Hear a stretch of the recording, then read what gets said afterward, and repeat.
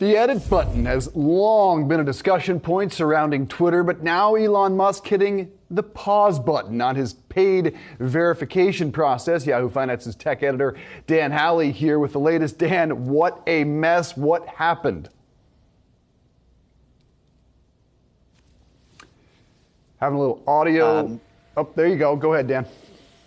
It seems like the paid verification and Twitter Blue subscription program that Elon was kind of leaning on to start making money and making money fast at Twitter is just essentially blown up in his face. This service was supposed to get people the blue check mark verified, some of the benefits of Twitter Blue as well in that for $8 a month.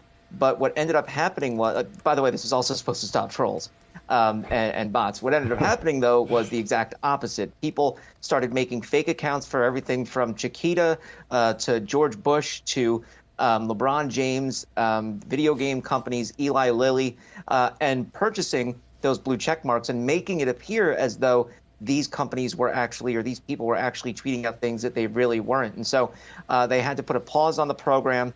They also, prior to this, they put a pause on new accounts that were made from November 9th onward signing up. So now nobody can sign up for Twitter Blue at all.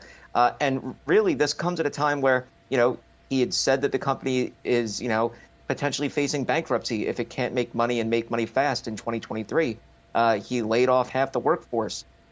He's spooking advertisers who, initially pulled out because they didn't know what kind of platform it was going to be. And now that they're seeing the chaos there, they're probably questioning whether or not they want to ever go back. So, this has really been kind of the perfect storm for 2 weeks for just how to turn a company from, not well managed, because Twitter's been losing money year over year for a while, but, just a company that was not doing great and now is doing far, far worse. Dan, tech billionaire Mark Cuban, the Mavs owner, recently commented at the Sports Business Journal conference, commending Musk for sticking through it with this Twitter takeover. Listen. It's just when you take the richest man in the world, $44 billion, a platform that 240 million people use, you're going to get a lot of criticism. So credit to him for sticking it out and trying to figure it out. Mm-hmm. Now, whether or not that means it'll work, that remains to be seen, but it's his business, his choice. But I mean, as an entrepreneur and putting my Shark Tank hat on, it's exactly what I see 1,000 times a year from smaller entrepreneurs. He's just doing it on a bigger scale with a lot more scrutiny. Cuban made a sports analogy, as you might imagine. He suggested it's like a team that struggles out of the gate and eventually wins a championship, and then we all talk in the end like, hey, look how they turned it around. You got to break a few eggs to make an omelet. What does Elon do next?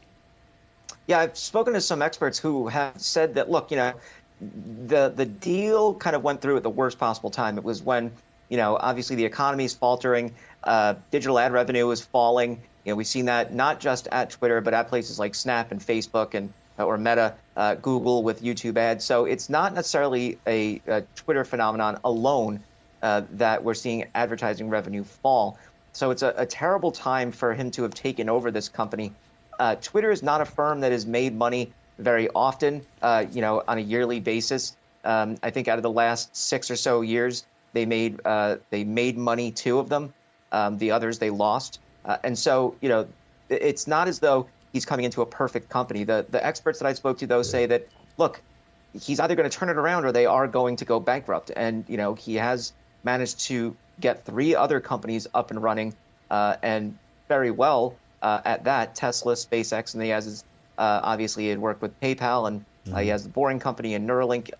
Some other folks are saying, look, this is just beyond the capacity of a person to be running these companies all at once and trying to solve all of the problems along with them. So, I think what it comes down to is if he can manage to convince the advertisers and then manage to figure out the subscription service, get that payment option that he was talking about going, he could very well turn Twitter around.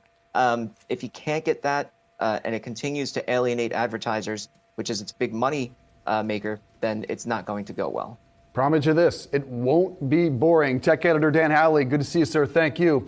It will be interesting, Jared, to see how this story ends. Elon tweeting earlier today. The irony is that all the media writing about me is actually driving massive growth in Twitter. That's what he says. We don't have any transparency. It's a private company now. But look, the tricky part here is if we go into recession, how does he get the advertisers in that case? And ultimately, it may be out of his hands. Well, yes, and I think that's why he's pivoted to the subscription model, which is just flourishing. It's not flourishing right now. I think we have found Elon. I think I got Elon Musk's number. He is a meme maximalist. And within that framework, I think we understand. I was just reviewing what just went on. I'm not saying Elon Musk precipitated this intentionally, but for the PepsiCo account or a fake one to come online and say we prefer Coke or something along those lines, wow. Memes are here to stay, right? I hope. Just don't break it. Don't break the whole thing, please, Elon. I mean, he clearly likes the attention. He likes the fact that obviously there's a lot of traffic on Twitter, but it's kind of like car crash traffic. I think everyone's just sort of seeing how it's all going to pan out. And at the end of the day, people still aren't paying this $8. I mean, the most people aren't paying that $8. So even though the traffic is there, we don't know if that's translating into anything. And as we've already discussed, advertisers don't want to be attached to a dumpster fire. You know, they don't want to have their ads next to some questionable content. So I'm not really sure what he's so excited about other than perhaps the attention. And, you know, it's highlighting perhaps alternative social media companies like Mastodon and others that are trying to see that opening once, you know, perhaps Twitter loses some of its shine, and people are still looking for an alternative right now. Yeah, Elon's got quite the nickname for Mastodon. We won't say it here on television. Good stuff there, Rochelle.